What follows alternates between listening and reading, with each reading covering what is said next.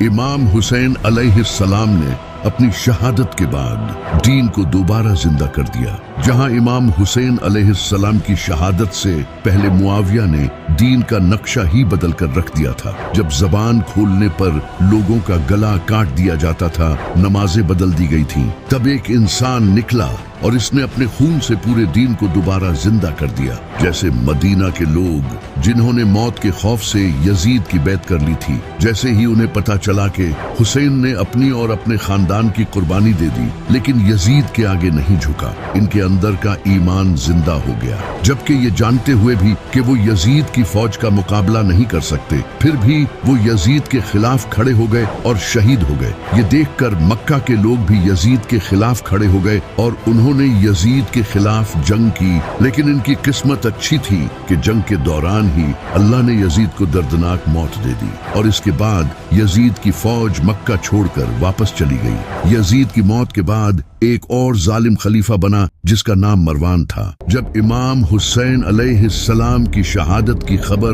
مسلمانوں میں پھیلی تو کافی مسلمانوں نے یزید کی بیعت توڑ دی اور مسلمان یزید کے امام حسین پر کیے گئے ظلم کا بدلہ لینا چاہتے تھے، جیسا کہ امام حسین علیہ السلام کی شہادت سے پہلے جب کوفہ کے لوگوں نے امام حسین علیہ السلام کو خط بھیجے اور انہیں کہا کہ وہ کوفہ آئیں تاکہ وہ مل کر یزید کے خلاف کھڑے ہو سکے۔ جب یزید کو پتہ چلا کہ کوفہ کے لوگوں نے امام حسین علیہ السلام کو خط بھیج کر کوفہ بلایا ہے تو یزید نے عبید اللہ بن زیاد کو کوفہ بھیج دیا۔ عبید اللہ بن زیاد امام حسین کی طرح کپڑے پہن کر اور اپنے منہ پر کپڑا لپیٹ کر کوفہ میں انٹر ہوا۔ جب کوفہ کے لوگوں نے اسے دیکھا تو انہیں لگا کہ امام حسین علیہ السلام آئے ہیں اور اس طرح عبید اللہ بن زیاد گورنر ہاؤس میں انٹر ہو گیا اور گدی پر بیٹھ گیا اور پھر اس نے اپنی اصلیت ظاہر کر دی۔ لوگ یہ دیکھ کر حیران ہو گئے۔ عبید اللہ بن زیاد نے لوگوں سے کہا کہ میرا ساتھ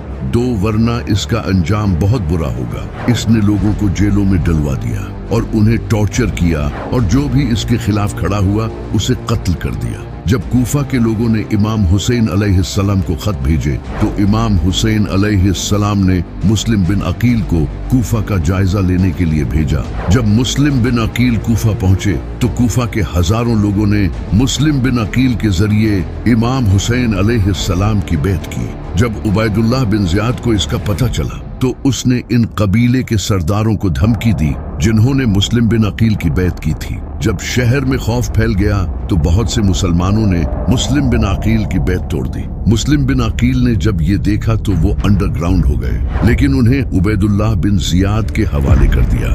عبید اللہ بن زیاد نے انہیں بری طرح شہید کیا، لیکن مسلم بن عقیل نے اپنی شہادت سے پہلے یہ سب بتانے کے لیے ایک خط امام حسین علیہ السلام کو بھیج دیا تھا، لیکن جب تک یہ خط پہنچا تب تک امام حسین علیہ السلام کو یزیدی لشکر نے کربلا میں گھیر لیا تھا۔ کوفہ کے لوگ خوف کا شکار ہو چکے تھے، اس لیے انہوں نے امام حسین علیہ السلام کو اکیلا چھوڑ دیا، لیکن امام حسین علیہ السلام کی شہادت کے بعد کوفہ کے لوگوں کو اس کا بہت بڑا صدمہ لگا۔ وہ خود کو امام حسین علیہ السلام کی شہادت کا قصوروار ٹھہرانے لگے۔